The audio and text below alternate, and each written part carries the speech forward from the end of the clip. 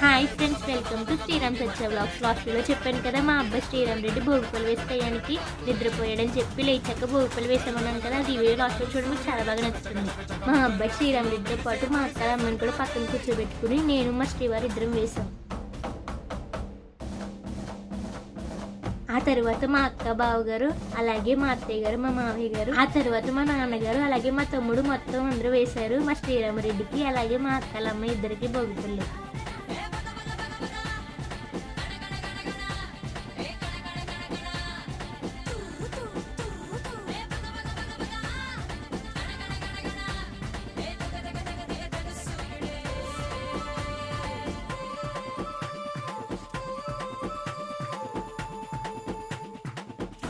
భోగిపళ్ళు వేసిన తర్వాత హారతిస్తుంటే మా తమ్ముడైతే హారతి పాడు పాడండి అని చెప్పి అన్నాడు.